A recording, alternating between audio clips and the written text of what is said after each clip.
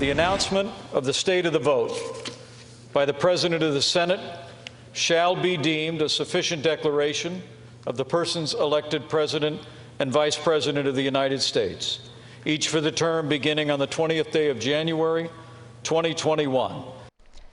Breaking overnight, Congress has officially validated Joe Biden's presidential election win.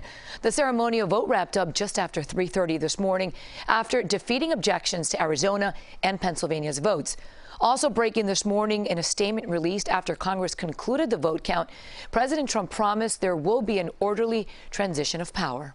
This comes hours after the crisis at the Capitol. Let's take a live look from Washington, D.C., where the city remains quiet all night after a mob stormed the Capitol building. Washington, D.C.'s mayor issued a curfew, which just expired a few minutes ago at 6.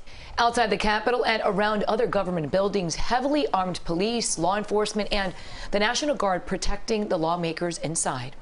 A much different scene from earlier, where the president's supporters stormed the grounds, rushed into the Capitol, smashed out windows, and rioted, all in an attempt to overturn his election loss. This morning, there are calls for the president's removal by the 25th Amendment. And it's not just Democratic lawmakers floating the idea, but reportedly members of his own party. CBS 4's Natalie Brand begins our team coverage from Washington.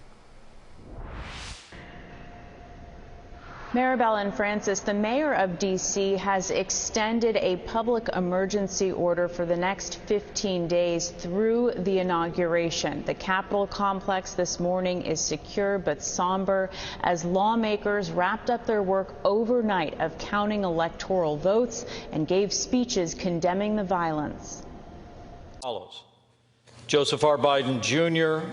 of the state of Delaware has received 306 votes. In the early hours of Thursday morning, the joint session of Congress affirmed President-elect Joe Biden and Vice President-elect Kamala Harris's Electoral College win after defeating objections to Arizona and Pennsylvania's votes. The noes have it. It came hours after Trump supporters stormed the U.S. Capitol building, some making it as far as Speaker Nancy Pelosi's office.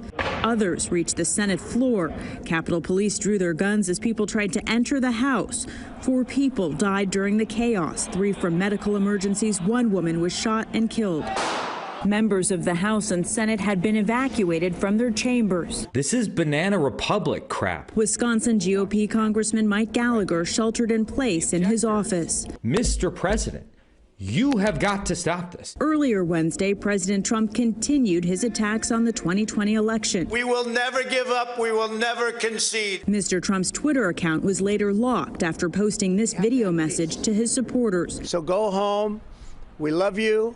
You're very special. The violence began shortly after some Republicans raised their first objection, an effort to show support for President Trump, even if it didn't have the votes to succeed.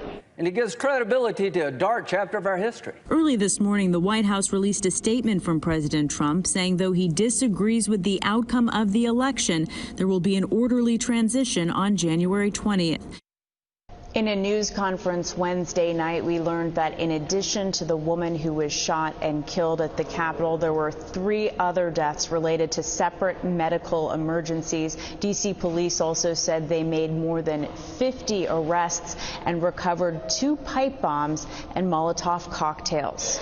On Capitol Hill, I'm Natalie Brand, CBS 4 This Morning.